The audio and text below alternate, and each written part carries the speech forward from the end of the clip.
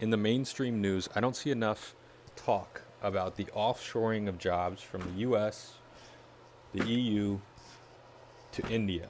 I just did a short little article about this, but one of the biggest things no one is talking about, firstly, they're not even talking about this. Secondly, they're not talking about the security risk or the project failure rate. Project failure rates in India are about 86%. Look at this. They face 2,138 weekly cyber attacks per organization, and that was in 2023. It's a 15% increase and the second highest rate in Asia, with 83% of firms breached annually. And almost every major corporation in the US, in the EU, and in the world offshores mass amounts of jobs to India. Amazon, Google, Facebook, Oracle, Amex. It's one of the reasons I left Amex is because I'm based in the US and I couldn't speak to someone who was based in the US about my account. A major reason this happens is because India has huge fake degree mills. They have diploma farms where you can buy a diploma and then get a job at Google. Meanwhile, in the US and the EU, especially in the US, we go to school for 4 years, we get in debt 100,000, 200,000, 300,000, depending on the school you're going to and your career. If you're going for computer science, it's probably around 100K,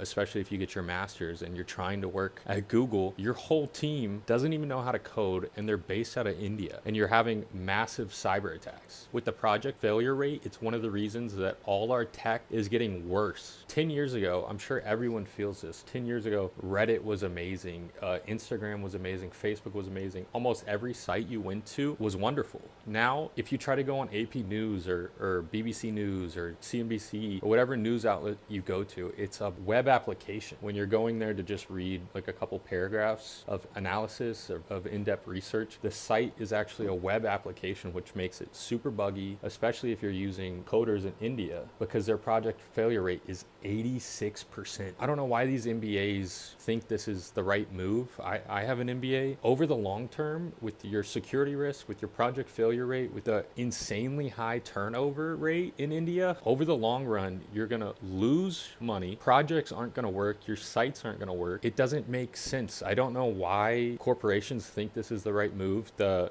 pay rate for coders in India is $15 to $30. In Silicon Valley, it's $50 to $80. So you might save some money on your payroll, but over the long term, you're going to lose money. So yeah, I don't really understand why we're doing this. It seems like a national security issue.